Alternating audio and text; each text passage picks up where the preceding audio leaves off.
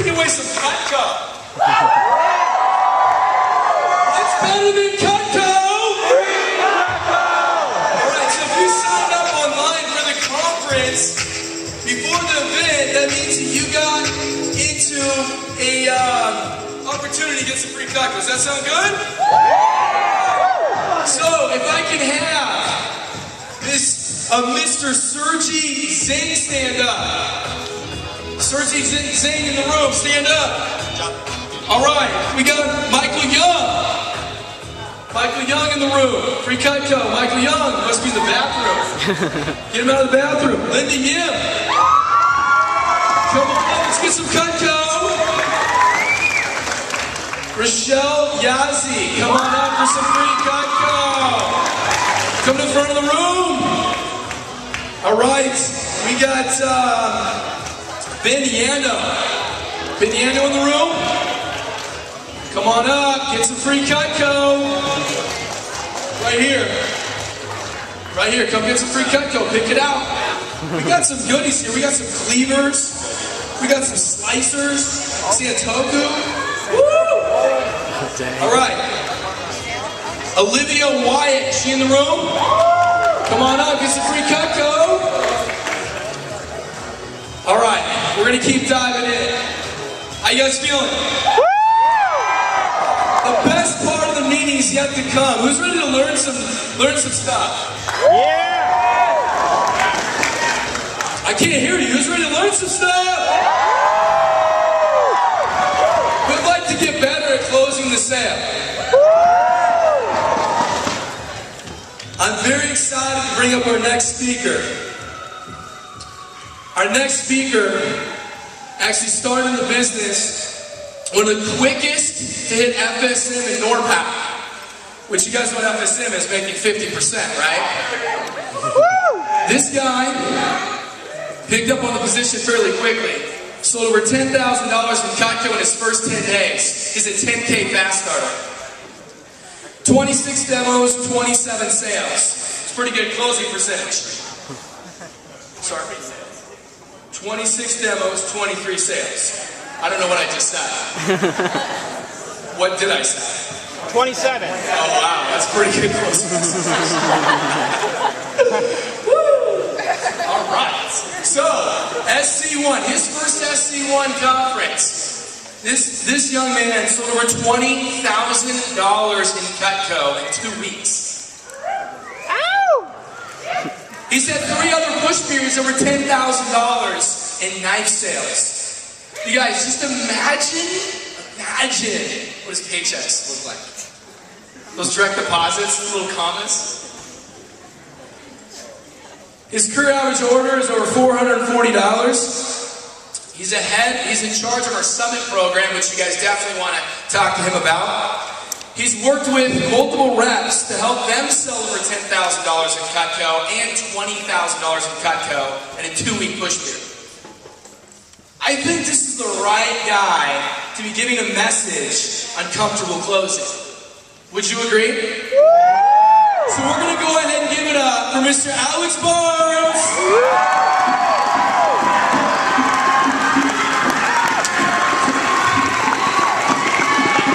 Yes. No. Oh, there we are. Hey, everybody, give it up for Chris doing an awesome job of emceeing this event. All right, guys. Who here is excited to be at SC1? I don't believe you. I said, who here is excited to be at SC1?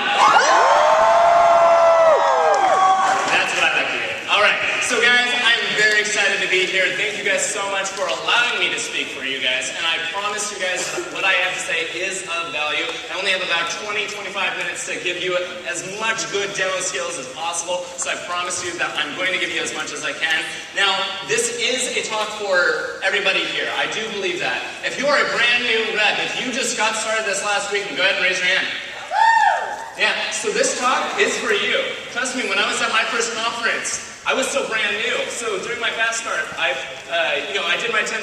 Then I went to a division conference. It was the one right before SC1, and I was really excited, and I learned a ton of stuff there, and it helped me go out and have my next big, huge push period. So this talk's for you. If you are here, if you're within your first month of starting the job, go ahead and raise your hand.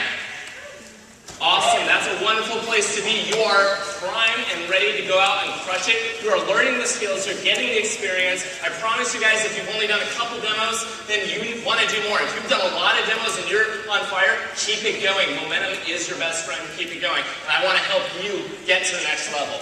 Now, if you've been here for a year or less, go ahead and raise your hand. Okay, this talk's for you guys. This talk is for those people who are, maybe you've ran into some challenges. Maybe you've hit that point, because everybody does hit those points where they're like, God, what am I doing? How did I do well originally? What did I just sell just because it was my family? No, and this is the place where you can get over that hump, or if you've already gotten over that hump, this is getting you to your next level, getting you to FSM. Do we have FSMs in the room? We got a few FSMs. All right. So for this is a talk that may very well be for you, because there may be a lot of things that you guys are doing in your appointments, and even the people who are, they've been around for years and years, and you're still working to get up to FSM. You may have heard something before, but I encourage you to ask yourself, am I doing this? So that being said, we're going to get into it. Now, the very first key to comfort closing is going to be confidence. Confidence is the key to comfort closing. Holy alliteration back, right?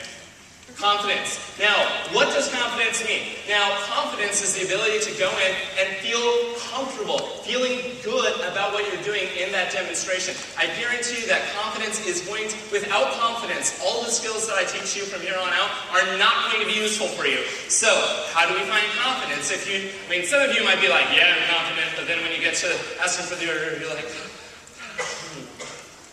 would you like to go ahead and get that and receive super shoes for free?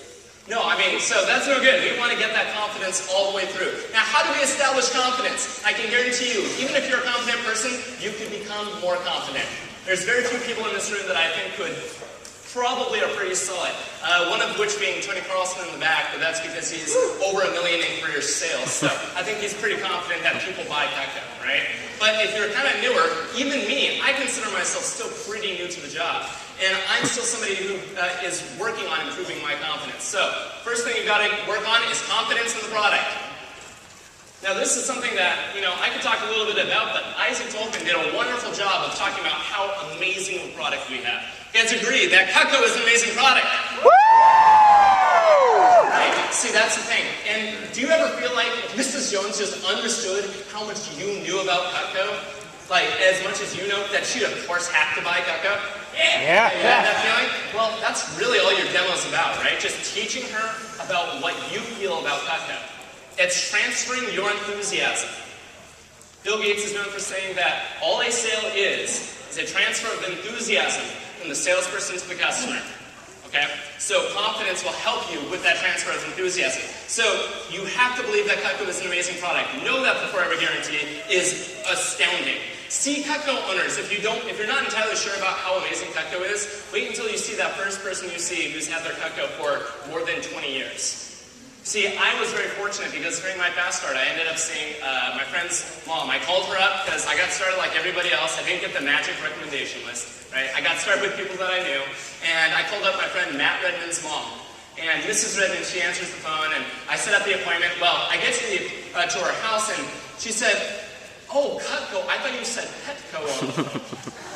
I didn't have kittens. So, I go in and I'm doing the demonstration. Well, she had this set of Cutco. She didn't buy that set of Cutco. Her mom bought it in 1951. It's been in their family now for over 60 years, and when she eventually passes on, at some point, it will go to my friend Matt, because it is a legacy item. And when I got that, I really realized that it wasn't just the fact that they were sharp. Now, granted, I was very excited about how sharp they were. I thought there was a skill associated with slicing tomatoes. Like, I didn't have it, my sister did. She could, get it started, wiggle around through it, and no, she could deal with it. I couldn't cut tomatoes. So when I did, during my cutting workshop, day 2 of training, I was stoked. But I didn't really get Cutco until that moment when I saw Mrs. Redmond. Because she's going to have that Cutco in her family. She didn't even have to pay for that set. So yeah, Cutco's expensive now, but it's something that lasts somebody's entire lifetime. So take confidence in the product. Now, when we're talking about confidence in yourself, right? Because that's the one product that you have to present, right? You are the product. Confidence in yourself. So how do we get that? Well, really we have to look at the places where you don't have confidence, right? Because everybody knows what confidence looks like, right? Everybody has an idea? Yes or yes? Yes. All right, so if you know what confidence looks like, well, that means it's just one thing. It's that what it really is an absence of fear, okay? Now, nobody is completely absent of fear at any point, but you can get close to it. And these are the ways to kind of get rid of those fears. First, preparation. What would happen to a football player if the only time they ever played football was during a game? They'd be crushed, right? It would be terrible. They have to practice, right? They don't practice during the game, they practice outside of the game. So here's one of the things that I understood because, well, I had no business skills before I got started with this job. I was a music education major, so I know how to sing in choir. That's about it. So, and as a choir kid, though, I did learn that practice makes all the difference. You don't just go to a performance and hope that it goes well. You practice. So if there was something in your demo that you feel a little bit nervous about, you want to take it home and you want to practice it. You want to get ready for it. Because then when you're in the demo, you don't have to be thinking, it's already there. And here's the mistake that most people make. They think that practice makes perfect. That's not true either, guys. Practice does not make perfect. Practice makes permanent. So be careful how you practice. Okay? Perfect practice makes perfect. So you have to go, you have to listen to the talks, you have to listen to Vector Connect audios. Who here listens to Vector Connect audios? That's not enough of the room. Now, I realize one of the sad things about this is that I know that there's a good chunk of this room that will not listen to Vector Connect audios after this talk. As much as I'd really love it if every single person did, and every single person listened to at least one Vector Connect audio by the end of this, before the end of this summer. This entire room would sell massive amounts of Cutco. But unfortunately, I know that that's unlikely to happen. Because most people will not take the extra action. Most people won't take out their phone and put a little reminder in their phone right this moment to go find a Vector Connect audio. By the way, that's something you could do if you intend to do this. So, preparing is going to be a huge part of your success. Now, next thing to gain confidence is going to, you have to increase your self-esteem. Right? Self-image is just about everything for confidence, right? If you say to yourself, well, I'm not that special. I'm terrible at selling Cutco. Nobody's going to like me. Nobody's going to give me recognition. You know, that glowing little thing that you do, and you just get down on yourself, and you're just focused on you, right? You can't sell Cutco. Why would you buy from that person? Even if it was an amazing product, I mean, it is an amazing product, and even if it was something that you had the perfect customer that wanted to buy, they wouldn't buy from somebody who was just like, well, I mean, you probably won't want to buy it, but, I mean, just leave it hanging, right? No, I mean, you have to have that positive self-image. So how do we create a positive self-image? Well, I can tell you that one of the best ways, this may seem backwards to some of you, but it is proven that if you start focusing on other people and your gratitude for the circumstances in your life, you will instantly start raising your self-image. So focus on helping other people. Focus on your goals, which, by the way, I will be talking about goals later on during this conference. But if you start focusing on other people, how can you help Mrs. Jones? You start saying, thank you, universe, thank you, God, for these difficulties that I'm in, because I'm going to be able to overcome them better because I've gone through and I've had this experience. Now you're like, wait, Alex, are we talking about closing? Yes, absolutely. We are talking about demo skills. We are talking about closing. But that self-image is first.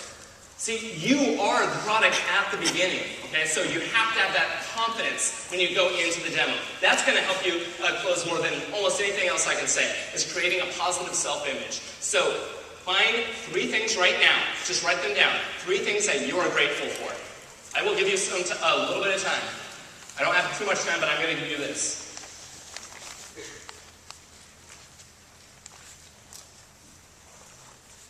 Three things that you are grateful for.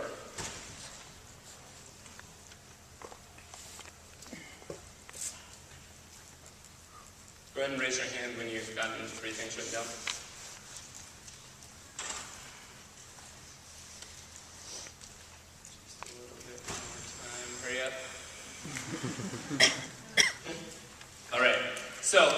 If you haven't gotten them down, you can keep thinking about that. But if you start writing down 3 things that you're grateful for every single day, every morning maybe, or every night before you go to sleep, I can guarantee you your self-image and your positivity about life will go up, and your success in sales will go up. This is a guarantee. This is a guarantee. Now, most people won't, right? Most people will not do this. But for the people who do, they will find that success. Now, the last thing that you can do to help increase your confidence is actually imagination. If you can imagine yourself doing something bigger than what you think you can, if you can just imagine it, you are more likely to do it. You will gain confidence through imagination. It's crazy. I can tell you guys, I did not always have confidence. I still have to focus on building up my own confidence. I weighed 55 pounds more than I do right now 3 years ago. I was actually, at this point, it's just about 60 pounds. But the reason why I was able to lose 60 pounds, actually I lost 45 pounds in one summer. It was three months, and this was before I got started with the job. It was summer before I got started. The reason why that was able to happen was because I was able to imagine myself in better shape than I was at that moment. It was because I wanted it, and that gave me confidence to go do it. So imagination. Now, how do you do this? How does this translate to CPO? This, I can guarantee you. So this is a great example. Blair Ballard. She is in the Kirkland office, and she was feeling down. She was like, I don't sell sets. I don't. She was doing a very good job of selling me on the fact that she did not sell sets, by the way. And I was like, okay. But would you want to sell a set? Well, yeah. Which set would you want to sell? Well, I mean, I guess the ultimate would be cool, but I'd like the signature set. I mean, I'd be okay with that. Okay. And if you met the perfect person and you could sell whatever you wanted to, what else would you sell? It's like, well, a flower chest and some cookware. You guys don't know that we have cookware and flatware. Get introduced to it, it's cool. So, so she's like, okay, that'd be cool. And I said, okay. And this is a huge thing. You take out an order form and you write out an imaginary order she wrote out with a signature set. I think it was cookware, flatware, a few entertainer packs as gifts. Well, here's the thing. It doesn't mean that you will go and sell this order. It's not absolutely predicting the future, but you know what she did later that day? She went out and sold a signature set. Woo! Her very first signature set. Round of applause for that. When you write a larger order, it gets your imagination going, right? Just the fact that you did that starts building up your belief. I can tell you that it gets really hard to start thinking of bigger orders until you actually write it out. Sometimes it's like, your brain starts thinking, wait, how do we do that? Well, Alex told me. No. Actually, your brain starts thinking, how would that happen? Well, in order to sell a signature set, you'd have to ask them if they wanted the signature set, right? Some of you aren't asking for it. Some of you want to sell an ultimate set, but you don't even talk about it with Mrs. Jones. That's not too likely to happen. So, start with bigger imagination. It will increase your confidence, and I swear the people who do this will be more successful. I've done it myself and seen my average order go up. I've seen so many people do this successfully. Most people here won't, unfortunately. But the people who do take an order form and actually just fully write it out, including, line 1, 5K, everything. Everything. Those will be people who start writing bigger orders after this conference. Guaranteed. Now, we're going to get into, the sales process. I don't know how much time I've got, but I'm going to just be going until they kick me at this point. So, as far as the sales process goes, we've got some basic things that we've got to do. First, what is the most powerful close in the world? Who knows? Qualified prospects. Some people know this because they went and they saw Adam Sobieski talk about it at the COC conference in Las Vegas. By the way, there will be more talk about Vegas. It's cool. See, and one of the things I can tell you is I did not learn all of this stuff. I did not just naturally think of all of this. I learned it from all people who are far better than I am. Guys, I'm not that great, but there's a lot of people who are a lot better. I'm committed to learning. So, prospect. So you want to see the right people. If you don't see the right people, it's actually very rude to try to sell something to somebody who can't buy it, right? You're going in and you're wasting their time and your time. If you go and see somebody who's not, what is the qualified prospect for us? HM3. HM3, it's that simple. We're not HM3 QRSTUV. I mean, it's not a bunch of extra things, guys. It's just HM3. House, married, 30 plus. Some people forget. right? Some people are like, well, they're married and they're in in an apartment, and and they're 27. Okay, but that's not even, they're married. That's an M, right? They're like, that's an 18. No, it's not. House, married, 30 plus. It's that simple. If you see those people, they are far more likely to buy. If you see somebody who's not an HM3, you're seeing somebody who's significantly less likely to buy. Some people are like, well, I know single moms who would use Cutco. We're not talking about people who would use Cutco, just use Cutco. We're talking about people who can buy, right? HM3s are more likely, okay? Yes, you can sell, but you're most likely to sell in HM3s. We all good? Woo! Awesome. Cool. Moving on. We're going to talk a little bit about rapport. Okay? Rapport is critical. You have to show Mrs. Jones. Okay.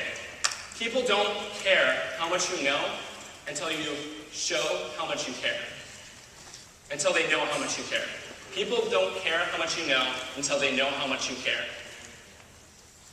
So, how's that work? Well, when you get into the house, start finding out things about Mrs. Jones. Ask about her and her situation. Go ahead and ask her, how many nights a week do you eat here versus eat out of the house? Go out to eat. Ask her that question because you're starting to get an idea of how much she cooks. Then when you start talking about, the carving set, or you start talking about the different knives they can use, suddenly they understand, oh yeah, this is something for me. He or she, they ask me about what I do in the kitchen. Oh, you're vegetarian. Okay, I'll show you how our knives are great for vegetarians. Right? You want to ask questions to get to know Mrs. Jones, to know where she's at. Are you somebody who loves to cook or somebody who hates to cook? Right? Show how Cutco is great for people who hate to cook, who are lazy. Right? Because Cutco is sharp, it gets them in and out of the kitchen a lot faster. That's great. So it's good for people who hate to cook. Cutco is obviously great for people who love to cook, right? Because it's great stuff. It allows them to cook more complicated things because they can cut it up. If they like squash, they should have a Hardy slicer, right? So you're getting to know more about Mrs. Jones. That's why it's important to build up that rapport. Make a friend before you try to make a customer, okay? Make a friend before you try to make a customer.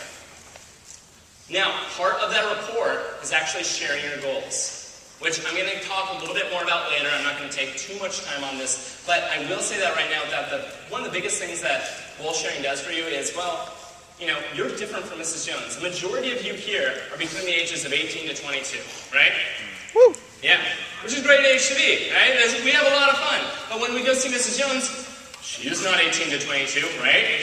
Right, HM3. No, so you go see her, she's different than you. So how do you relate with her?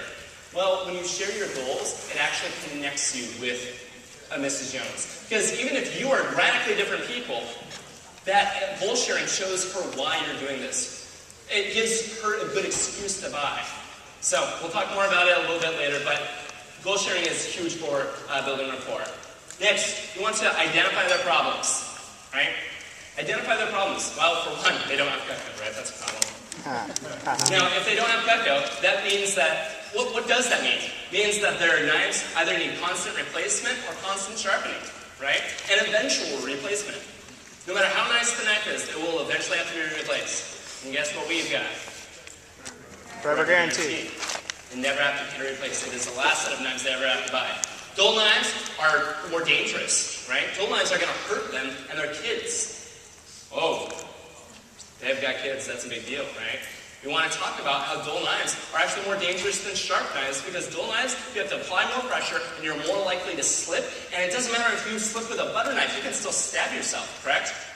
Right? Yes. So any knife is dangerous if it's dull. It's more dangerous if it's dull. Any surgeon, any doctor, any meat butcher, anybody who uses sharp instruments on a regular basis will always tell you that sharper is safer than dull. Okay, so moving on. Now, really, once we've identified their problems, what do we have to do? We have to remind them of their problems, right? Some people in sales talk about creating a need, right? We're not here to create needs. Mrs. Jones already has needs. She already has problems. We're just going to remind her of them, right? When she cuts the rope, what does she do? Oh yeah, those knives are really dull. That one's way sharp. Well, that one's just brand new. Well, yeah, Miss Jones, but it's always going to be this sharp because you have a forever guarantee. It'll never get to the point where it's going to be dull, right? It's never going to get to the point where they're not going to be able to cut the rope this clean. Now, I realize you don't eat too much rope, Miss Jones, but I'll show you what else is good for them a little bit. Okay? So, I mean, that's one of the things that you remind them of, right? When you ask Mrs. Jones, when you're going through names and uses, and you ask Mrs. Jones, have you ever crushed warm bread when you went to cut it? Right? That's reminding her of the need she has. She's like, oh yeah, I hate that. I'm like, yeah, you know, you get like squishes in, and you have to pull it apart. It gets the whole accordion effect going, right? That sucks. Yeah, with Cutco, you have the double D edge, so it's going to get a completely clean cut, so the piece of bread actually looks like a piece of bread, right? It's pretty cool. So you're just reminding her of all the problems. You're not creating problems, you're just reminding her. Then what do? We present solutions. Now, here's the thing. What do most guys in this room, what set do you think most guys in this room, the average 18 to 22-year-old guy can use? Which set? Studio, right? Studio set. It's got a spatula spreader for sandwiches, 2 utility knives, and a paring knife to open up boxes, right? Maybe a cheese knife for fun, because they like cheese. And I'm going to say the other use, that's probably inappropriate. Well, okay, never mind. It's the fraternity knife because you can use the bottom hole to open up a beer. Anyways, so, but here's the thing. So what do you think most people end up selling? What do you think most guys end up selling? Studio.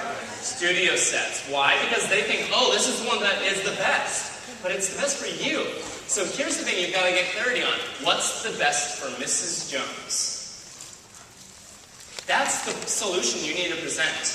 Don't present the solution that's best for you. You need to pay attention to Mrs. Jones. It's not about you in the demo. It's about Mrs. Jones and helping her get the set, the right set for her. If she's got, if she's got a husband and 3 kids that she's cooking for on a regular basis, I can guarantee you that she would use every single piece of the ultimate or signature set if she had it. And she would love it. And she'll definitely use all the table knives. She might actually need more table knives, right? And that's being real. I'm not making that up. And I have that conviction. Go to a cutting workshop at your office. Go to a names and uses workshop. Learn how to do bridging from one of your AMs. But this is going to help you be able to present to Mrs. Jones in a way that she's going to understand that's why you have a set. Because all these pieces are necessary for her. And so get your mind off of you and get on to Mrs. Jones. What does Mrs. Jones need? Finally, what do we do after we present the solution? We ask for the order, right? Ask for the order. Now, here's one of the issues that a lot of people find. They get to the close, and they're terrified, right? And that's when their palms start sweating, and they get all nervous, and they're like, oh boy, here we go. Now, Ms. Jones, most people haven't had the opportunity to price cycle at a company before. And they're reading their manual. Now, here's the thing. If you memorize your close, you're going to automatically be better at this job.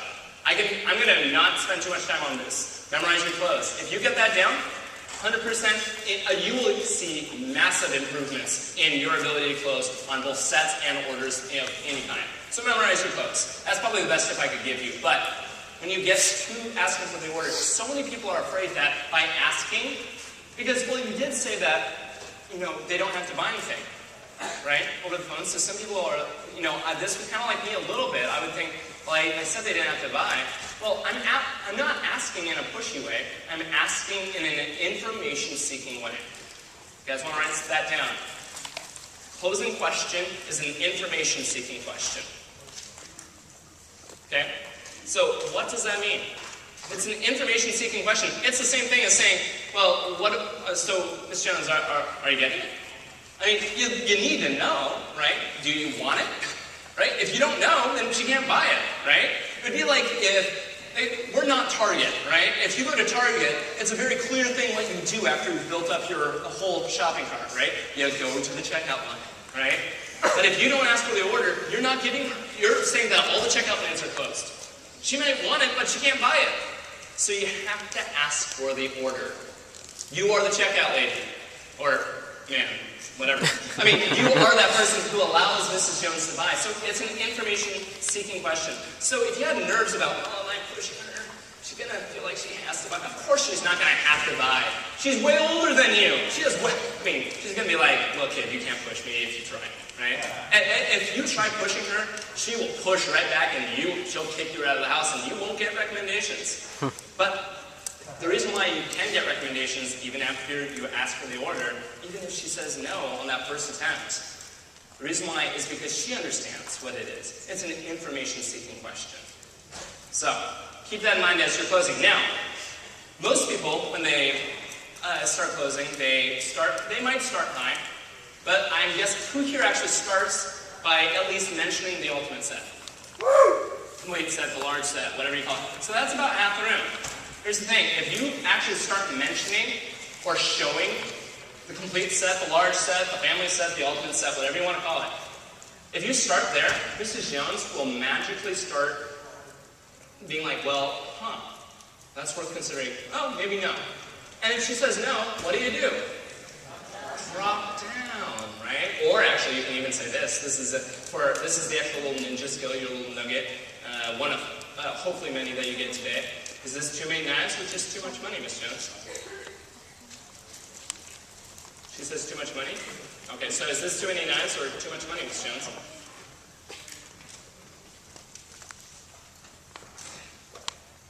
She says, well, it's just, too much money. You say, okay, so if this set did fit in your budget, would this be the perfect set for you? She says, yes. What do? Call your manager, right? Get a special. Or if you know how to do a training special, do a training special, right? Say, hey, Miss Jones, do you think you can live without some free stuff? Well, we can actually give you a discount on the set.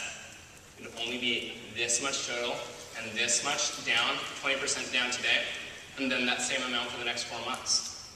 So do you want to just try it out with the training special? Whoa. See, now, here's the thing. Even if she says no, what do you do then? You drop down. Here's the really good news about dropping down.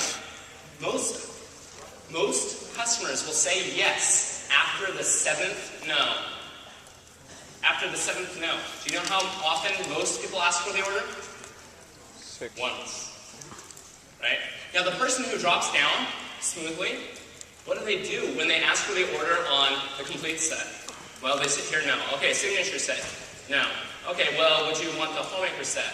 Okay, no. Okay, with trading special. No. Okay, so we're up to how many? 4, right? Then we get to the galley, and then galley on trading special, right? Now the next time when you're asking, she's more likely to say yes. Now, the more times you keep offering, like if you start at the ultimate and then do trading special, then you do signature, then do trading special, then you do the homemaker, then trading special, right? She's more likely to get a galley. Just by starting higher, you're more likely to sell a larger set. You're more likely to sell a set just simply by starting high. Now, this only works. Now, be very careful here. This only works if you drop down with enthusiasm. Drop down with enthusiasm. Because if you don't drop down with enthusiasm, instantly Mrs. Jones sees big old dollar signs in your eyes, right? You're like, so do you want to get the ultimate set? And they're like, no, that's just too many knives. You're like, oh, okay, well, do you want anything? What? Okay, so you were obviously just excited about the big sale, not helping her get a set. Like, oh, okay, perfect. Well, we've also got the signature set. This one's only this much. It would be this much on the 5K, and it comes with this much free stuff. Would that work better for you? See, and if she's like, no, you'd be like, perfect. That's totally fine. I get paid to show you all of your options. So this is our homemaker set, Miss Jones. This is awesome. This is our, the most, this is a set we've had since the 40s. It's a set that most people have who have a set of cacao. And that's true, by the way, guys. So this is a set that most people have who have a set of cacao. This set is the fundamentals of cacao. It would only be this much today and this much on the 5K. We've got a special going on, so you get this and this for free. Whatever it is that how you offer and how you ask for the order. Now, if she says no, say, perfect. See, here's the thing. A lot of people will lose enthusiasm as they drop down. And guess what? Mrs. Jones doesn't want the ghetto galley, right?